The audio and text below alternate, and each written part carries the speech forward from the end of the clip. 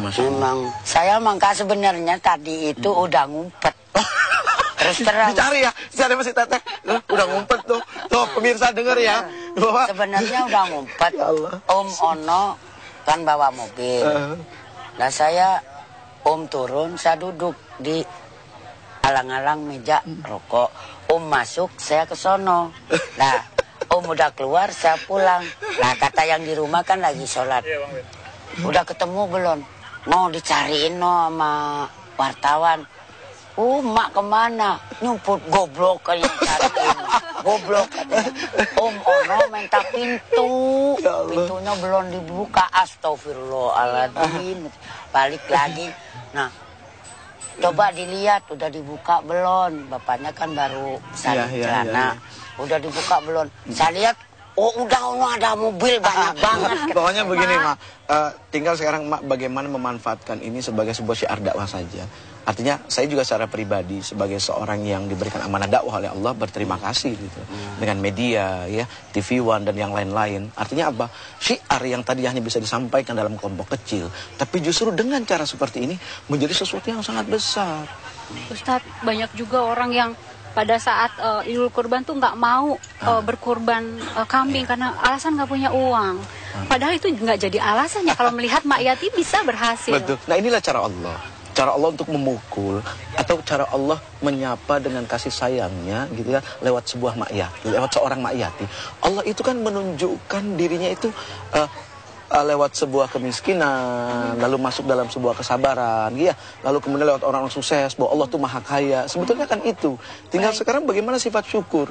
Jadi konsep yang dilakukan beliau adalah la in syakartum. Beliau hanya ingin kepengen bersyukur. Apa yang beliau dapat, ini mohon maaf lahir batin, bukan sebagian besar. Semua orang meyakini bahwa ini adalah sampah. Gitu. Iya kan? Ini adalah sampah. Tapi dari sampah ini justru bisa lahir sesuatu yang tidak jadi sampah. Justru bisa jadi nilai ibadah. Ini yang Masya Allah.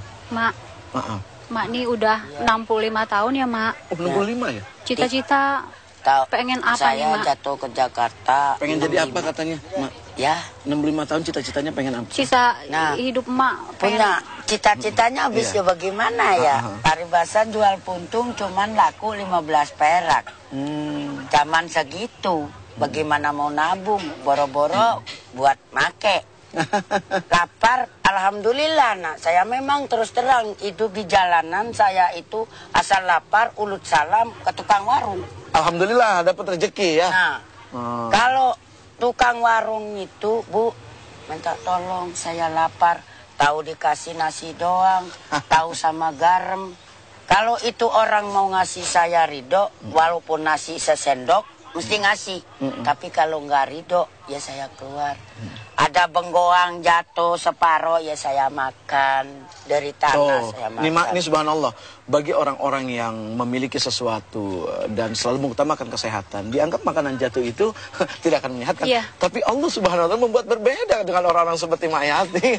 Tidak khawatir dengan yang namanya itu. Ya udah sekarang cita-cita Mak apa?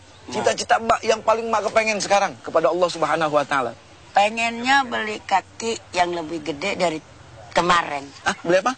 Beli kaki yang lebih gede dari kemarin. Kaki apa nih Mak? Maksudnya? Kaki sapi maksudnya kan kalau langsung. Pengen bisa korban lebih gede lagi. Lebih gede lagi. Tapi ngomongnya kaki biar halus. Oh ya Allah ya Rabb. Artinya mah cuma kepengen cari ridho Allah aja ya. Ya ridho Allah aja. Soalnya begini Teh Punten, ada orang ibadah 500 tahun. Kemudian dia diminta dinilai pahalanya. Dan dia kepengen karena itu masuk surga. Kata Allah, kamu masuk surga bukan karena ibadahmu, tapi karena keridoan aku.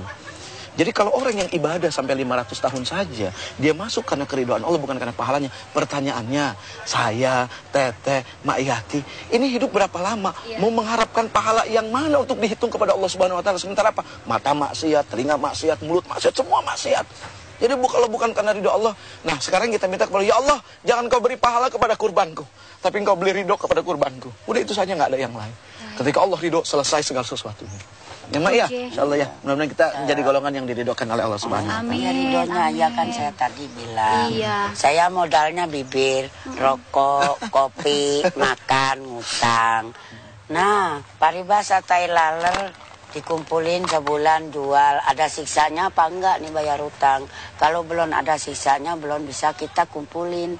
Ntar nimbang lagi kalau ada siksanya kumpulin untuk nambahin beli kambing. Yang boro-boro yang jauh, yang deket aja nggak nyangka, malah bapaknya pengen cita-citanya pengen punya tempat sendiri.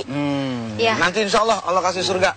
Ya, Allah kasih surga. Ma, makasih untuk waktunya ya, Mak ya. Mak ya. Banyak panjang umur kita ketemu lagi ya. Ya Terima kasih mudah-mudahan juga. bisa panjang umur, Baik. seger waras, dijauhin belahi semua bisa ini. Sebenarnya saya itu nangisnya bukan apa, separuh seneng, separuh malu. Iya, Mak. Malunya bisa ngerepotin orang banyak. Mak, makasih ya, Mak ya. Makasih banyak. Makasih Ustadz, terima kasih. Saya kembalikan ke Rivi.